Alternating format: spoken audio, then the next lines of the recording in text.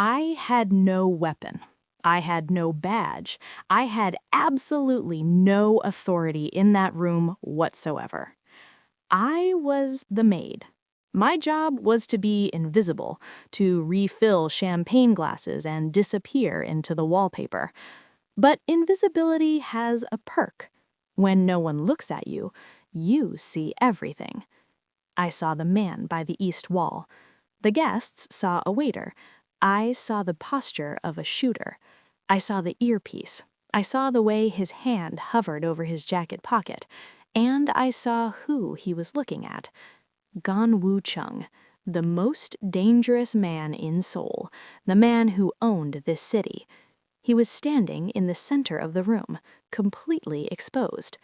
I had 4 seconds. 1 second to realize security was looking the wrong way, 2 seconds to calculate the distance, 3 seconds to realize I couldn't scream loud enough over the music, 4 seconds to make a choice that would end my life as I knew it. I dropped my tray. I ran. I grabbed Gun-Wu Chung by his expensive lapels, and I kissed him. The bullet missed his head by an inch. It shattered a vase behind us.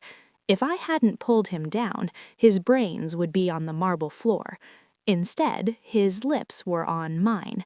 He froze. I pulled back. I looked into his eyes. They weren't scared. They were black, bottomless pools of shock. "Who?" he whispered, his hand gripping my arm hard enough to bruise. "Are you?" Okay, freeze frame. I know, you're thinking, girl, why? Let the man get shot, he's a mob boss. Valid point. But instinct is a funny thing. You don't choose it, it chooses you. And honestly, surviving the assassin was the easy part. The hard part was what came next. Because Gun-Wu Chung doesn't just say thank you and send you a fruit basket. He obsesses, he hunts, he possesses. And I had just walked right into his trap. Let's go back, 8 hours before the kiss. My name is Merl Foreman. I'm 26. I'm from Detroit. And I am a ghost. Not literally, but socially.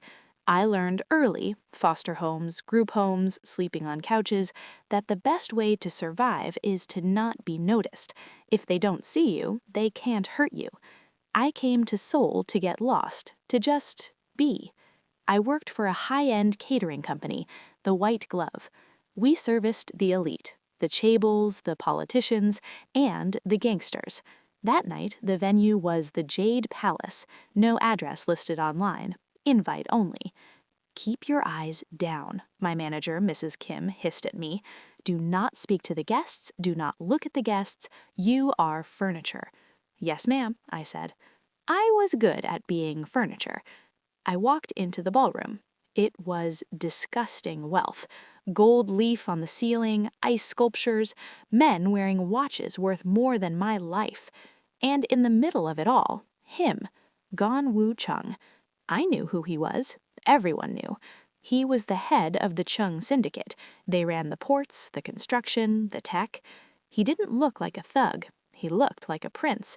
Sharp suit, hair slicked back, a tattoo of a dragon tail creeping up his neck, just visible above his collar. He stood still. He didn't smile. He didn't drink. He just watched. And I watched him watch them. I was refilling glasses near the east wall. That's when I saw the waiter. New guy. I didn't recognize him. He was sweating. Not, "It's hot in here" sweating. "I'm about to do something crazy" sweating. He wasn't serving drinks. He was standing perfectly still, his hand in his jacket. He was looking at Gun-Wu, and Gun-Wu was looking at his phone, distracted. I scanned the room. Gun-Wu's bodyguards were huge, but they were looking at the entrance. They were looking for a frontal assault. They weren't looking at the waiter behind them. The waiter took a step forward. He drew the gun. Silver. Silenced. Time slowed down. My brain did the math. Distance, 15 feet. Speed, he's raising the gun. Trajectory, headshot. I didn't think about the Mafia. I didn't think about Detroit. I just saw a man about to die. I moved. I dropped my tray. Crash! The sound made Gun-Wu look up, but it was too late for him to dodge. So I dodged for him. I sprinted. I slammed into Gun-Wu. I grabbed his lapels. I yanked him down, and I kissed him. The bullet missed his head by an inch. It shattered a vase behind us. If I hadn't pulled him down, his brains would be on the marble floor. Instead, his lips were on mine. He froze. I pulled back. I looked into his eyes. They weren't scared. They were black, bottomless pools of shock. "Who?" he whispered, his hand gripping my arm hard enough to bruise. "Are you?" The kiss wasn't romantic. It was a collision, teeth clashing. But it worked. The bullet hit the wall. Gun-Wu's guards swarmed the shooter. I heard bones breaking. I didn't look. I was looking at Gun-Wu. He was staring at me. His eyes were terrifying, intense, like he was dissecting my soul. "You saw him," he said. His voice was deep, calm amidst the chaos. "Yes," I breathed. "How?" I just saw." He touched his lips, where I had kissed him. "Get her," he said to his men. "Wait!" I backed away. "I helped you." "Secure her," he ordered. "Bring her to the penthouse." 2 guards grabbed my arms. "Hey, let me go!" They dragged me out. Gun-Wu didn't look back. He just adjusted his tie and walked out like nothing happened. They didn't take me to a police station. They took me to the penthouse. It was a fortress in the sky. Glass walls, black leather. I sat in a chair in the middle of the living room.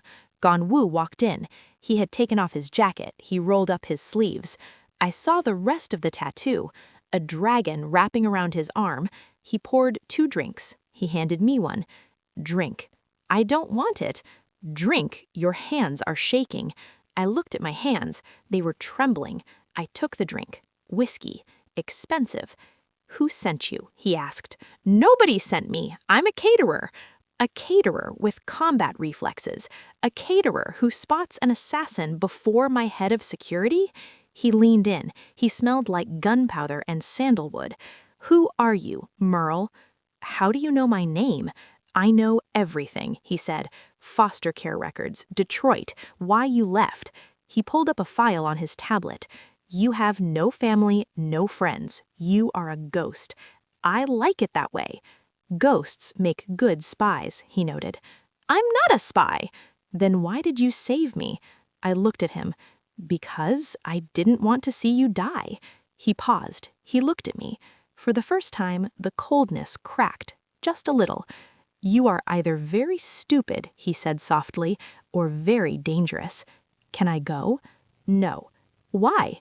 "Because the man who sent that shooter, Chairman Park, he saw you. He saw you save me. You are a target now." He stood up. "You stay here under my protection." "I didn't ask for protection." "You kissed the king," he smirked. "You bought the kingdom. Welcome to the family, Merl." Living with Gun-Wu was intense. He didn't lock me in a cell. He gave me a guest room. It was nicer than any apartment I'd ever had. But I was a prisoner. I couldn't leave. "For your safety," he said. But it wasn't just safety. He was watching me. I'd be reading in the library. I'd feel eyes on me.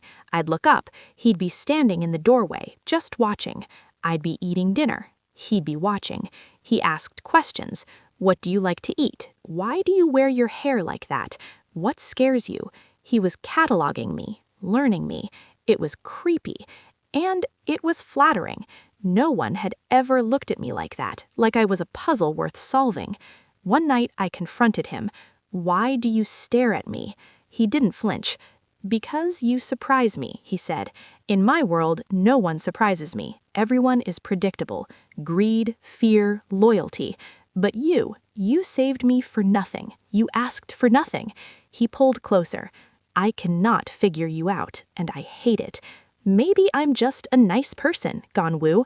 "There are no nice people," he said darkly. "Only people who haven't been pushed far enough yet." 2 weeks later. "Put this on," he said, throwing a box on my bed.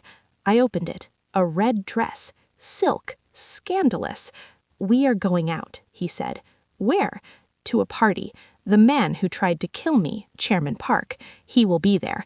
I want him to see I am alive. Why am I going? Because, he fixed his cuffs, you are my lucky charm, and I like the way you look in red. We went to the gala. He held my hand. He didn't let go. Everyone stared. The black woman and the Mafia King. They're whispering, I said. Let them, he said. They are sheep. We are wolves. We danced. He pulled me close. His hand on my waist was hot. You fit, he whispered. Fit where? Here, he said, pulling me against his chest. Then I saw him, Chairman Park, an older man, smiling. Evil. He walked up to us. Gun-Wu, alive and well, he smiled. Disappointed? And who is this? Park looked at me with disgust. The Helb? Gun-Wu's hand tightened on mine. This is Merl, he said. She is not the Helb. She is the reason you failed. Park's eyes narrowed. Is that so? A brave little thing. Touch her, Gun-Wu said, his voice dropping to a growl, and I will burn your house down with you inside. Park laughed and walked away, but I saw the look in his eyes. I wasn't just a target anymore. I was a pawn in their war. The ride back from the gala was silent, but it wasn't the awkward silence of a first date. It was the heavy, suffocating silence of a bomb waiting to go off. Gun-Wu stared out the window. His hand was gripping mine so hard my knuckles were turning white. He wasn't looking at the city. He was calculating kill zones. You threatened you, Gun-Wu said, his voice flat. I threatened us, I corrected. No, he threatened you to hurt me. That is how Chairman Park works. He doesn't attack the castle walls. He poisons the water supply. He turned to me. His eyes were burning. I should have killed him tonight, on the dance floor. And started a war in front of the mayor? I asked. I do not care about the mayor. I care about you. Okay, pause. Did you hear that? I care about you? A week ago, I was scrubbing his toilet. Now he's ready to whack a chairman for looking at me sideways? Red flag? Yes, the reddest flag. But when a man looks at you like you're the only oxygen in the room, it's hard to look at the flag. I should have told him to stop the car. I should have run. But I didn't. I squeezed his hand back. And that was my mistake. We didn't make it to the penthouse. They hit us on the bridge. A truck swerved, T-boned the limo, metal screaming against metal. The world spun. I was thrown against the door. Darkness teased the edges of my vision. Merl! Gun-Wu's voice, far away. He was dragging me out of the wreckage. Gunfire, everywhere. Park's men, they were masked, professional. Gun-Wu was shooting back, one hand on his gun, one arm wrapped around me. Go! He screamed at his driver. Cover fire! We ran toward the railing. Jump! Gun-Wu ordered. Are you crazy? That's the Han River. Jump or die, Merl. We jumped. Cold water, blackness. I kicked, I swam, I surfaced, gasping. Gun-Wu was there. He pulled me to the bank under the bridge. We were shivering, wet, alive. But we weren't safe. They will check the riverbanks, Gun-Wu shivered, checking his empty clip. We need to move to the safe house. I lost a shoe, I mumbled, hysterical laughter bubbling up. I lost a Louboutin. Gun-Wu looked at me. He smirked. I will buy you the factory. Come. We didn't make it to the safe house. They were waiting. It was an ambush. They separated us. I saw them hit Gun-Wu with the butt of a rifle. He went down fighting, screaming my name. Then a bag went over my head. Needle in the neck. Lights out. I woke up in a chair, hands zip-tied behind my back. It smelled like fish and bleach, an old processing plant. The hood was pulled off. Chairman Park was sitting across from me, eating an apple. The maid, he smiled. You are harder to kill than a cockroach. I'm from Detroit, I spat. We're durable. Park laughed. Let's see how durable. He stood up. He walked over. Gun-Wu is coming for you, he said. He is tearing the city apart right now, burning my businesses, killing my men. Good, I said. But he won't find you. Not in time. Park leaned in. Tell me his codes, the access to the port servers. I know he told you. I'm a caterer. I don't know codes. You are his weakness, and you're going to scream until he hears you. Park left me with 2 guards. Big mistake. They thought I was just a maid, just a scared girl. They didn't know about the group homes. They didn't know about the fights behind the high school gym. I learned how to get out of zip ties on YouTube when I was 15. It's all about the angle. I waited. Guard 1 went for a smoke. Guard 2 was playing a game on his phone. I dislocated my thumb. Pop. God, it hurt. Tears blinded me, but I slid my hand out. I grabbed the glass bottle of water they left on the table. I smashed it. Guard 2 looked up. Hey! I didn't hesitate. I jammed the jagged glass into his leg. He screamed. I grabbed his gun. Guard 1 ran back in. Bang! I didn't aim. I just fired. He ducked. I ran. I was barefoot, bleeding, holding a gun I barely knew how to use. I ran through the warehouse. I found a radio on a table. I turned it on. Gun-Wu! Gun-Wu, are you there? Merl! His voice cracked over the radio. I'm at the fish processing plant, by the docks. I am coming, he roared. Keep your head down. 10 minutes later, the wall exploded. Literally, an armored truck drove through the wall. Gun-Wu jumped out. He wasn't wearing a suit. He was wearing tactical gear. He had an assault rifle. He looked like the god of war. He mowed them down. Park's men fell like dominoes. He saw me hiding behind a crate. He dropped the rifle. He ran to me. He crushed me in a hug. He was shaking. His voice broke. I thought I lost you. You can't get rid of me, I sobbed. Then Park appeared on the catwalk above. How touching, he sneered. He aimed a sniper rifle. Gun-Wu, I screamed. I pushed him. I raised the gun I stole. My hands were steady. Breathe, aim, squeeze. Bang. Park staggered. I hit him in the shoulder. He fell over the railing. He hit the ground with a wet thud. Silence. Gun-Wu looked at Park's body. Then he looked at me. He saw the gun in my hand, the look in my eyes. You shot him, he whispered.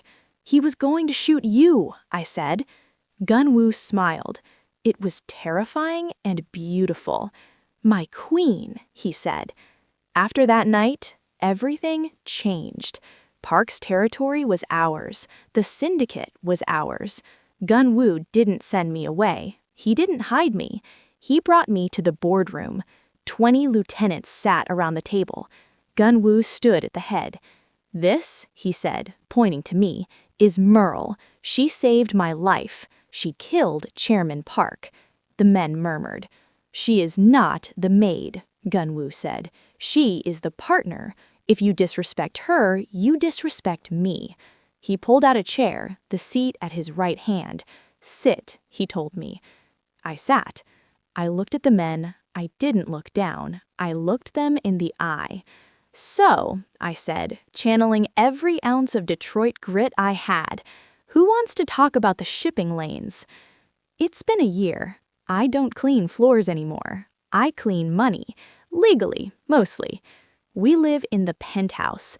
Gun-Wu is still dangerous. He's still the king. But every night he comes home to me. He takes off the holster. He kisses my scars. I love you, he whispers.